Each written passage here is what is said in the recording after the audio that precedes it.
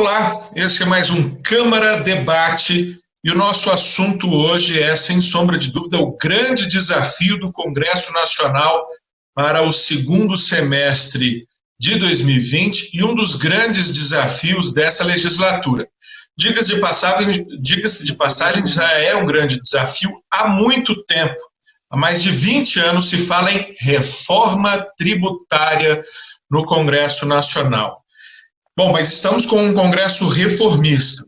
A reforma da Previdência não tinha muita convergência sobre a necessidade de fazê-la.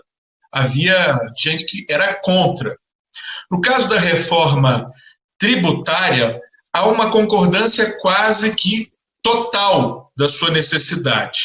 Mas ao contrário da Previdência, em que aqueles que desejavam a reforma tinham muito consenso sobre o que fazer, na reforma tributária, mesmo aqueles que concordam muito sobre a urgência, há uma total divergência sobre como fazer. E nós temos aqui dois parlamentares que, apesar de convergirem muito em outros temas, divergem bastante em como fazer a reforma tributária. Começo apresentando o deputado Eduardo Cury, do PSDB de São Paulo, e também de São Paulo, o deputado General Peternelli, do PSL. Ambos são membros da comissão especial que já existe para discutir uma proposta de reforma tributária, que é a PEC 45, mas a gente vai repercutir aqui não só a PEC 45, mas principalmente a proposta enviada pelo governo recentemente e as demais propostas em debate. Agradeço muitíssimo mais uma vez a participação de ambos e começo com o deputado Eduardo Cury, que já teceu críticas à proposta enviada pelo governo, que unifica PIS e COFINS e tem uma alíquota planejada de 12%. Por favor, deputado, eu gostaria que o senhor repetisse o que o senhor já andou dizendo sobre essa proposta. Olá, Lincoln, obrigado pelo convite. É um prazer nessa conversa com o Peternelli, que além de tudo é um amigo e uma pessoa dedicada, estuda bastante a questão tributária. Isso só facilita o nosso trabalho de convergência e de busca da melhor alternativa. O tema é bastante complexo, mas eu vou responder a sua pergunta, depois eu volto um pouco para dizer do contexto todo, que eu entendo como é o mundo, como o mundo caminha para o sistema tributário e como é que vai ser o modelo tributário que o mundo vai ter que adotar nos próximos anos. E em relação a essa pergunta especificamente da proposta do governo, não, ela não é uma proposta, juntar dois impostos vai na simplificação. Em tese, uma medida positiva. O grande erro é que, na minha opinião, já existem propostas muito mais abrangentes que incluem impostos muito mais complexos, como o ICMS, que é o pior de todos os impostos. Com isso, a gente conseguiria dar um passo muito maior. O grande erro do governo não é simplesmente estar sendo comedido ou pouco ambicioso na junção de dois impostos. É que, para começar essa reforma, depois de 18 meses, ele escolhe fazer isso com uma alíquota cavalar. Adotou uma alíquota que é muito maior do que a arrecadação que esses dois impostos têm hoje. Então, só para as pessoas que estão nos acompanhando ter uma ideia, um parâmetro de comparação, o IBS que está na Câmara, por exemplo, que teve dentre as pessoas que ajudaram a elaborar uma pessoa da própria equipe do ministro Guedes, eles prevêem a junção de 3 impostos federais, que é o PIS, COFINS, mais o IPI, em troca de uma alíquota de 9%. Sempre nós estamos falando, gente, de não cumulativo, ou seja, usando créditos e débitos.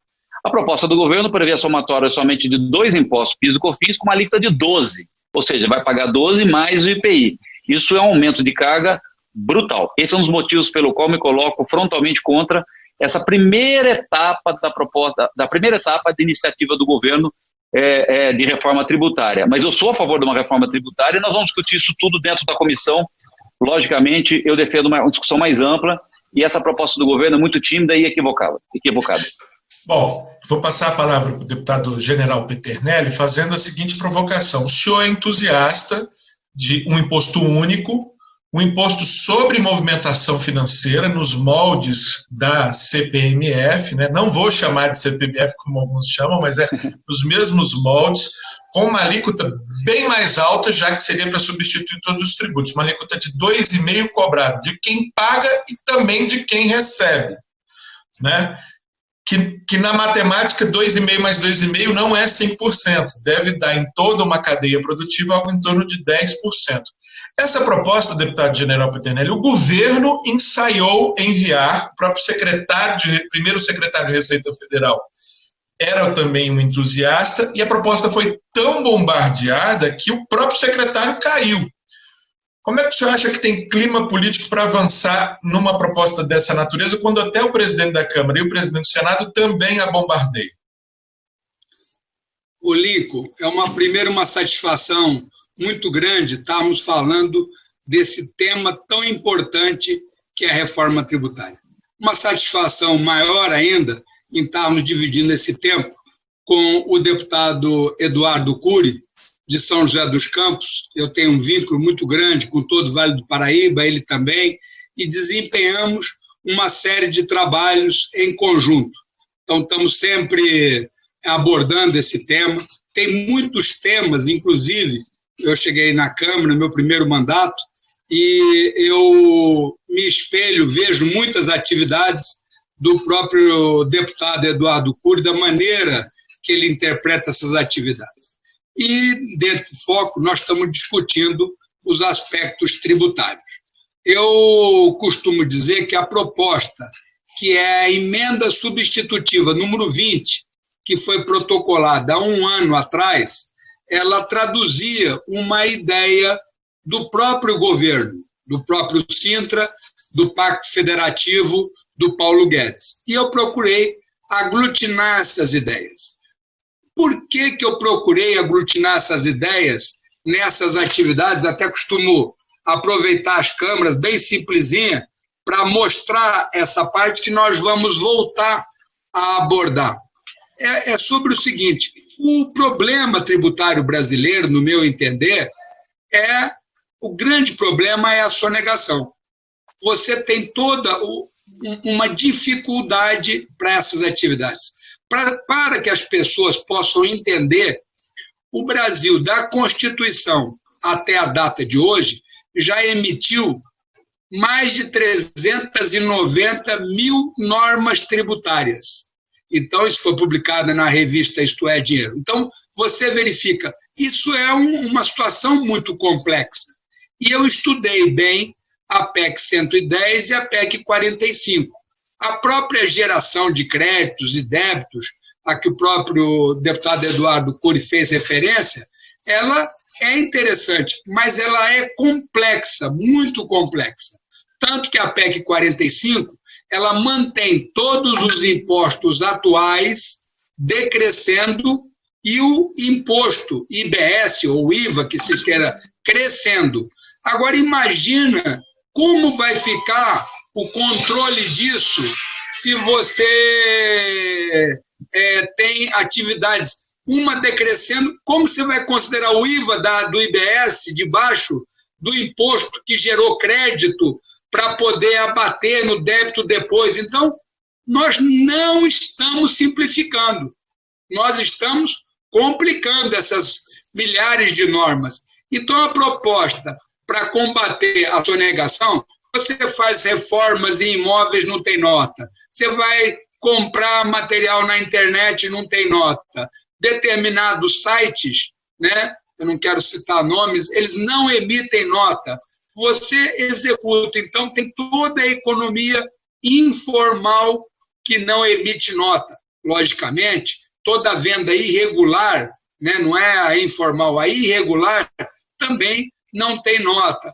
Você tem todo um processo, você tem profissionais liberais que, quando você vai lá comprar alguma coisa, ele pergunta se o preço é com nota ou sem nota.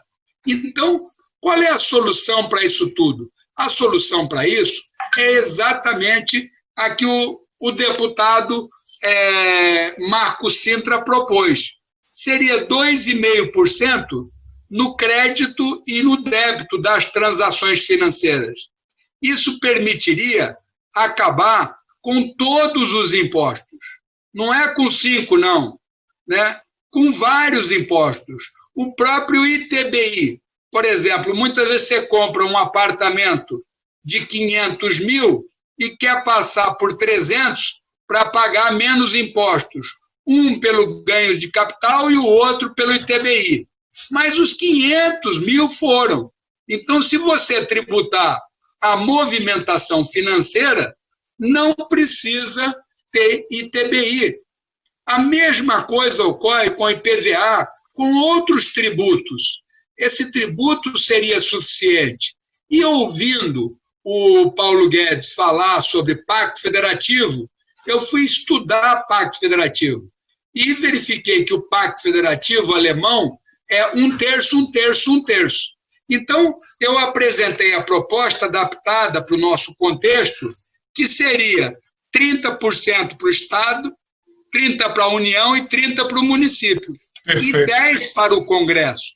Esses 10% para o Congresso não é para o Congresso gastar, é para ele destinar às políticas regionais. Sudã, Sudene, Zona Franca de Manaus, fundos, como foi o caso do próprio Fundeb. Ok. Então, com isso, você facilitaria muito. Você, quando fez a apresentação e falou do imposto acumulativo, isso e aquilo, esse imposto, mesmo acumulativo, ele vai ficar abaixo de 20%. Na maioria das cadeias que eu calculei, ele girou em torno disso que você falou, em torno de 10%. Então, nós pagaríamos, com essa tributação, muito menos impostos. E o importante que está na própria proposta não é só os impostos que acabam, é você acabar com a nota fiscal. Não há necessidade de nota fiscal. E quando ocorrer, para que você complete essa atividade, né, eu peguei uma coisa e ter compliance, transparência, que na União Europeia já executa. Lá compra acima de 1.000 euros só por transação eletrônica. Okay. E eu coloquei aqui que compras acima de R$1.000 só por transação eletrônica. E agreguei uma tendência mundial para que se acabe com as notas. As notas de 100, de 50 e com o cheque. Hoje, com o Covid, nós temos que acabar com as notas de uma maneira geral, porque a nota ela é um principal fator de contágio. Uma nota contagiada, quando vai para um caixa, contagia as demais notas. Você pega aquele troco, coloca na sua carteira, então é uma proliferação muito grande.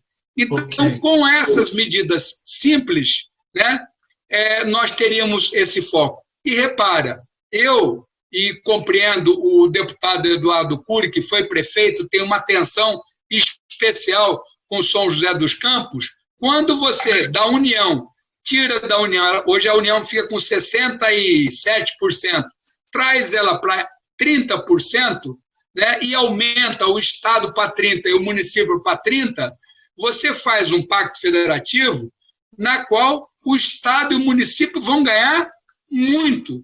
Então, essa resposta muito simples, né, muito eficaz, permita que ninguém mais vai dever para o fisco brasileiro. E outras vantagens que eu vou discutir com vocês ao longo do programa. Obrigado. Perfeito. Deputado General Peternelli, agradeço muito. Empolguei tanto com a sua resposta completa que acabei deixando o senhor falar bastante tempo. O senhor falou 8 minutos e o deputado Eduardo Cury no comecinho só teve 2 minutinhos. Então, eu vou pedir para ele comentar a sua proposta, que, repito, é muito ousada, e já me respondeu uma segunda pergunta, que é a seguinte. Tanto a primeira proposta, né, que a gente comentou, que é do governo, que é uma simplificação tímida, união de PIS e COFINS, como a proposta da PEC 45, que já é uma unificação e uma simplificação, digamos assim, um pouco mais ousada, mais tênue, para evitar solavancos, mudanças radicais.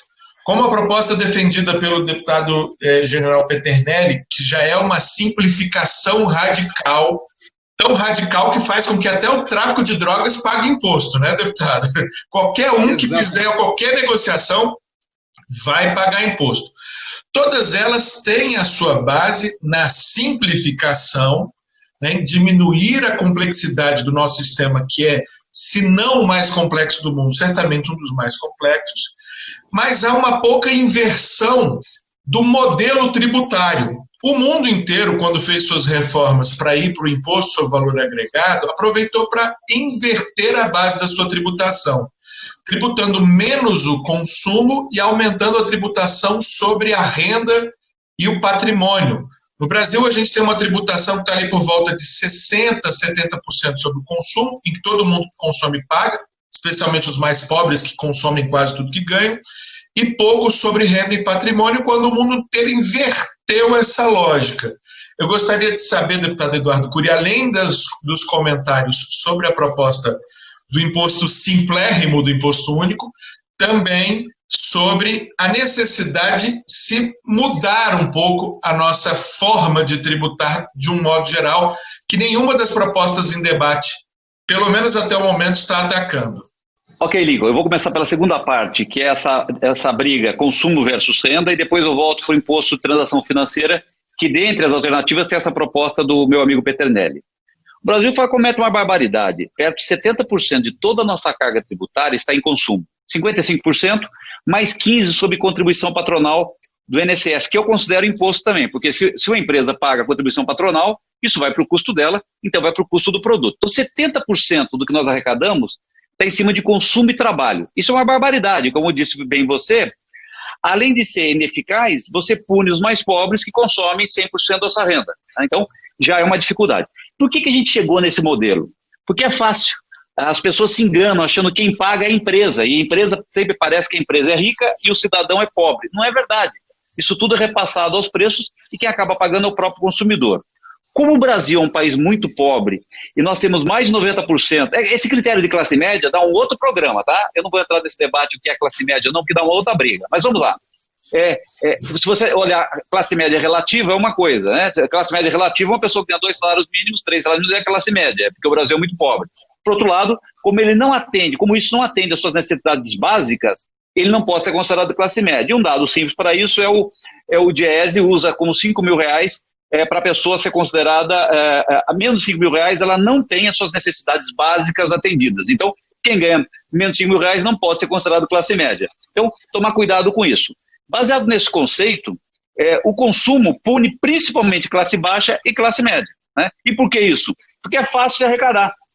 Está escondido dentro dos produtos, as pessoas acham que está pagando é o outro, mas quem está pagando é ela mesma. Então, primeira questão, nós temos que mudar esse perfil. Passar a tributar menos o consumo, dentro do perfil, esse percentual 30-70, né?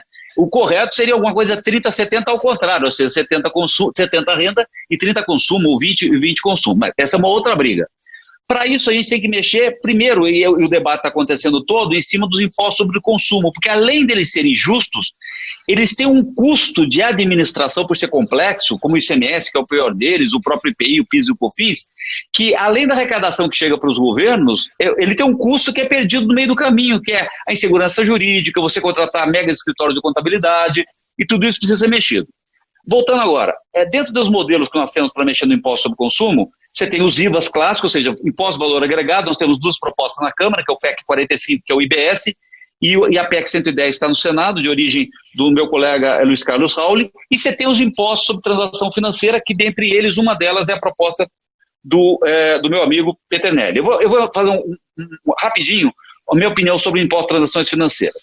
Em tese, né, o mundo vai caminhar no futuro, não hoje, para impostos sobre transações financeiras não cumulativos. Eu fui convidado para participar de um grupo da OCDE, me interessou justamente porque eu defendo essa tese e acho que o mundo não vai ter como escapar de, no futuro, nós tributarmos impostos de operações financeiras, tributar o dinheiro, mas qual a diferença que é radical em cima do que é o governo com a criação de uma nova CPMF ou do meu colega Peternelli?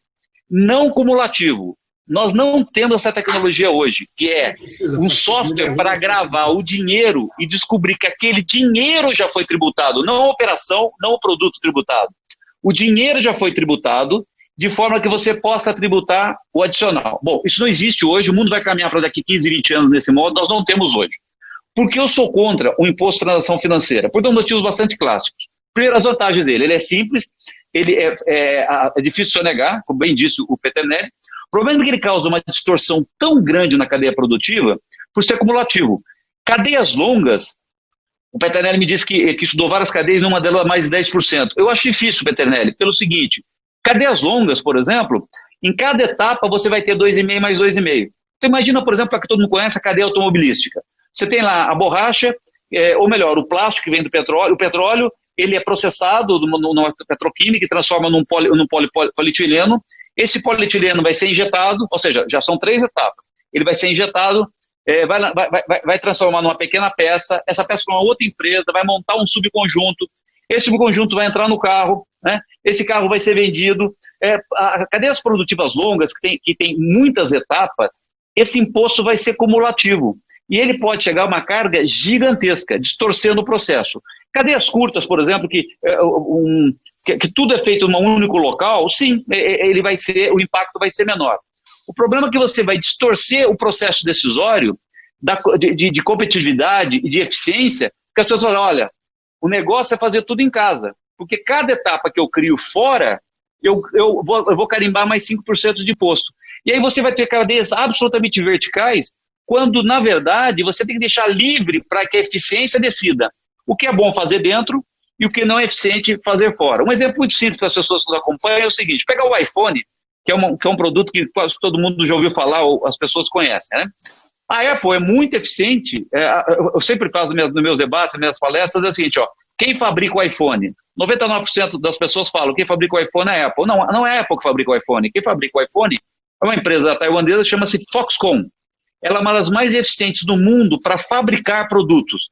A Apple não é boa para fabricar produtos, ela é muito boa, tem expertise para projetar, design e manter o serviço de produtos de alta tecnologia. Ela não quer fabricar produtos, ela é ruim de fazer isso, ela contrata a mais eficiente do mundo, que é a Foxconn. Então, cada um deve fazer aquilo para uma economia ser eficiente e ter ganhos para o cidadão, para o consumidor, cada um deve especializar naquilo que ele é melhor. Ora, a CPMF, ou o imposto financeiro, ele distorce esse processo decisório, porque ele com uma alíquota de 5%, 2,5% mais 2,5%, e às vezes um negócio tem muita competitividade, negócio de tecnologia não, o margem de lucro é mais alta, mas na média 10%, 12% de margem de lucro. Ora, se 5% você vai pagar de imposto, há tentação de você tomar decisões da cadeia produtiva só para fugir do imposto. E o segundo ponto, que eu acho negativo, é que realmente o Peternelli tem razão, não vai ter aquela história mais, com nota ou sem nota, mas vai ter a seguinte coisa, vai pagar no dinheiro ou vai pagar de transação eletrônica, porque se for no dinheiro eu te dou 5% de desconto, tá? Por quê? Porque ele vai economizar esse imposto. Então, você vai ter uma tentação de muitos dos processos da economia serem feitos com dinheiro vivo. E como disse o Peternelli, nós temos que eliminar o dinheiro é uma coisa em extinção, e eu acho que você tem essa distorção. Então vamos lá, o mundo vai caminhar para o imposto financeiro não cumulativo, mas o que nós temos hoje de mais moderno? O que nós temos são os impostos de valor adicionado. Então o que dá para fazer é melhorar o atual sistema. Por isso que eu defendo o IBS, ou que está no Senado, que é imposto de valor adicionado, mas não com a alíquota que está. Eu acho a alíquota muito alta para o Brasil. Perfeito. Bom, eu quero agradecer muitíssimo o deputado Eduardo Cury, PSDB de São Paulo, o deputado general Peternelli, do PSL também de São Paulo. Eu vou comentar aqui rapidamente nesse encerramento só temas que a gente nem tratou. Essa questão mesmo de, dentro do consumo, você ter tributações diferentes para o que é serviço, para o que é produção. A questão das alíquotas, né, de como pode ser perigoso você fazer alíquotas altas demais e aumentar a sonegação. Quer dizer, só os assuntos periféricos não tratados aqui, que tratamos basicamente de modelo, já dariam alguns outros programas, então fica esse gostinho a mais aí para o nosso telespectador, para quem nos acompanha, já ficar ligado em outros debates que faremos, sem sombra de dúvida, sobre esse tema. Eu agradeço muitíssimo você que nos acompanhou até agora e repito o agradecimento ao deputado Eduardo Cury e ao deputado general Peternelli. Até uma próxima edição do nosso Câmara Debate.